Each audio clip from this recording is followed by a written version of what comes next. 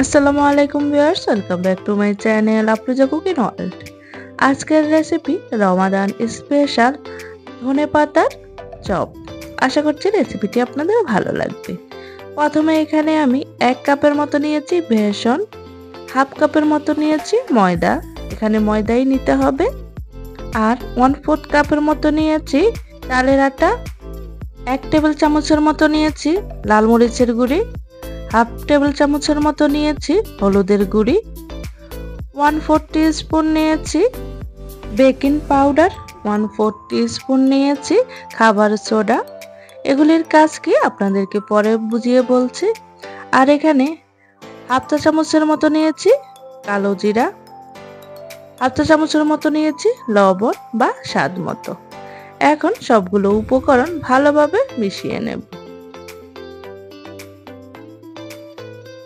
এখানে আমি নরমাল ট্যাপের যে পানিটা ওই পানিটাই নিয়েছি। এখন একটা মসৃণ ডো তৈরি করে নেব অল্প অল্প পানি দিয়ে। অন্যান্য ডোয়ের থেকে এই ডোটা একটু ঘন হবে।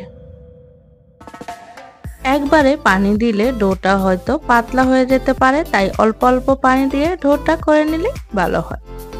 এখন বলছি এখানে কেন খাবার সোডা আর বেকিং পাউডার দুটোই দিয়েছি। বেকিং পাউডার দিলে চপটা অনেকটাই ফুলবে, একদম ফুলকো ফুলকো হবে। আর বেকিং সোডা যেটা ওইটা দিলে চপটা অনেকটাই ক্রিস্পি হবে আর অনেকক্ষণ ধরে মচমচে থাকবে। আপনাদের হাতের কাছে যেইটা থাকে ওইটাই দিতে পারেন, হয় খাবার সোডা বা বেকিং পাউডার যদি থাকে তাহলে বেকিং পাউডারটাও দিতে পারেন। তো এই দিক থেকে আমার ডোটা মোটামুটি রেডি হয়ে গেছে। এখন একটু ভালোভাবে হাত দিয়ে ফেটিয়ে নিচ্ছি। এভাবে ফেটিয়ে নিলে ভিতরে ফ্লাফি একটা ভাব চলে আসে। তো ডোটা রেডি হয়ে গেছে।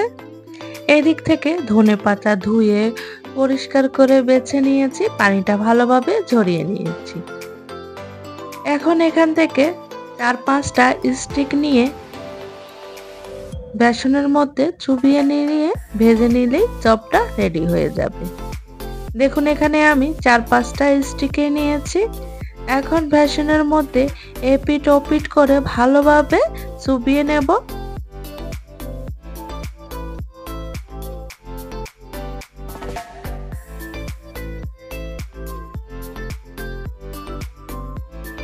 অবশিষ্ট যেই ডোটা চপের গায়ে লেগে আছে ওটা এইভাবে একটু ঝেড়ে ফেলে দেব। তেলটা আগে থেকে চুলার মধ্যে দিয়ে রেখেছি, তেলটা ভালোভাবে গরম হয়েছে। এখন ধনেপাতার চপটা ছেড়ে দেব। যেহেতু এখানে আমার কড়াইটা ছোট তাই 2টা করেই চপ ভেজে নিচ্ছি। এক পিঠ গোল্ডেন ব্রাউন কালার হয়ে গেছে, এখন অন্য পিঠ উল্টে দিচ্ছি।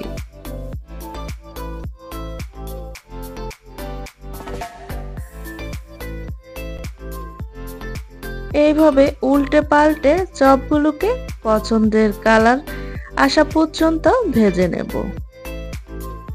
এই যে একটা চপ রেডি হয়ে গেছে, এখন তেল থেকে তুলে পরিবেশন করে নিচ্ছি। আশা করছি আমার রেসিপিটি আপনাদের ভালো লেগেছে। ভালো লাগলে প্লিজ আমার চ্যানেলটিকে সাবস্ক্রাইব করবেন আর একটা লাইক দিয়ে দেবেন। আমার রেসিপিটি আপনাদের কেমন লেগেছে আমাকে কমেন্টে জানাবেন। আজকের ভিডিওটা এই পর্যন্তই। ভালো থাকবেন সবাই। আল্লাহ হাফেজ।